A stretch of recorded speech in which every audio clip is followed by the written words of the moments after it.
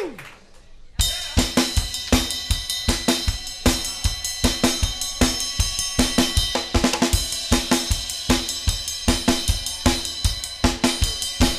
AC, baby. We're going to Atlantic City. A pretty Palomino jumps off the steel pier and lands in an 8-ounce glass of water. You are so gullible. Now, I didn't know what that meant, but I was pretty sure I had not impressed my big sister Patty.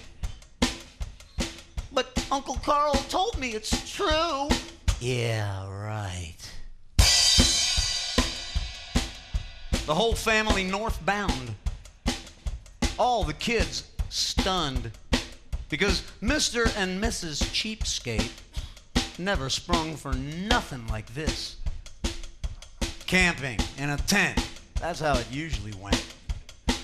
But 7 days luxuriating like the upper crust, I must be dreaming.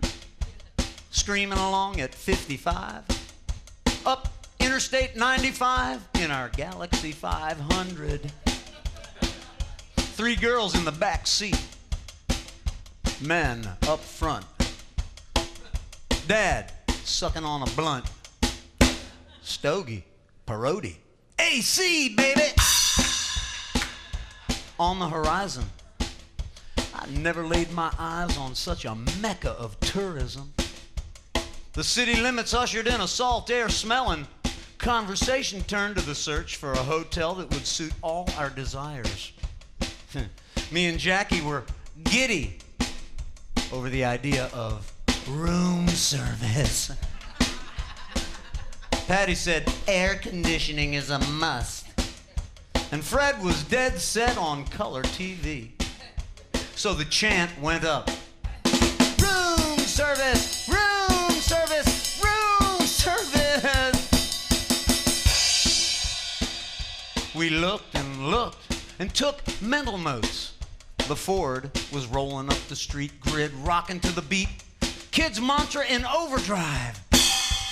Room service, yeah, all right. After a while, Dad noticed we were running out of resort. No more hotels.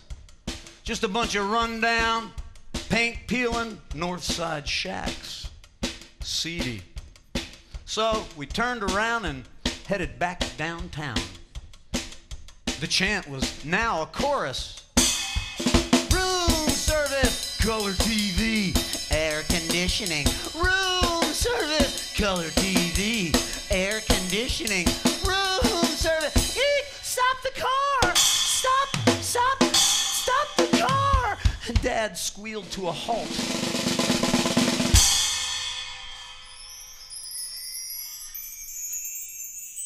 I deja vu'd to years ago. A family trip to see a Blue Angels air show. An auto wreck in the median grass. Mom had yelled, "Stop the car!" before we passed it. A retired Army nurse. She got out to help an infant, injured and bleeding. When the crisis was over, she returned to us saying, "Everything's gonna be all right. The baby's not hurt bad and everything will be all right."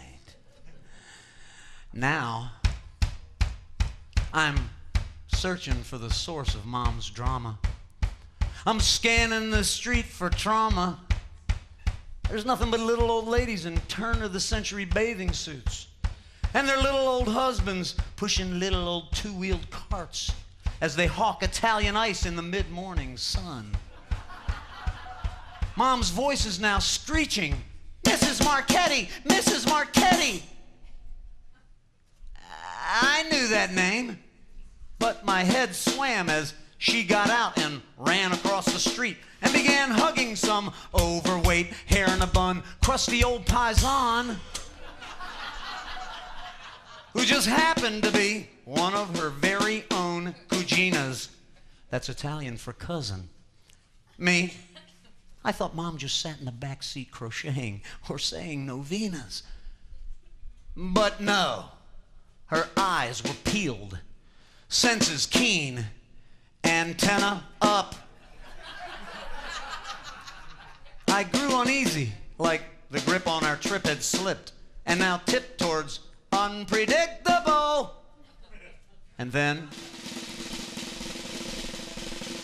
the hammer fell.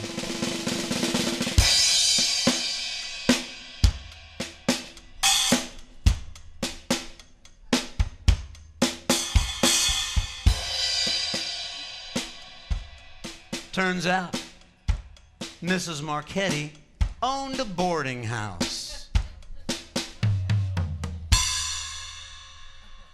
The boarding house from hell.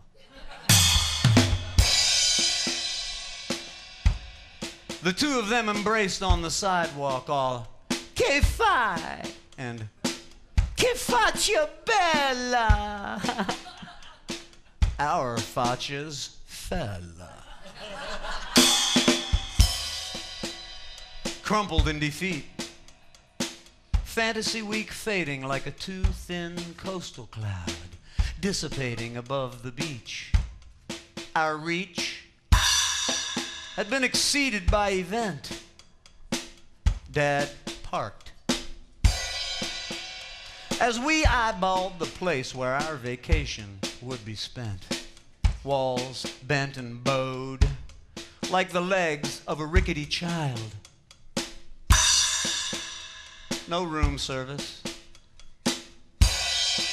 No TV whatsoever. No air conditioning. Just a box fan on a wooden chair at the far end of the hall. The only words were Mom's, directed to us all. Everything will be all right. We're staying here with Mrs. Marchetti, and everything will be all right.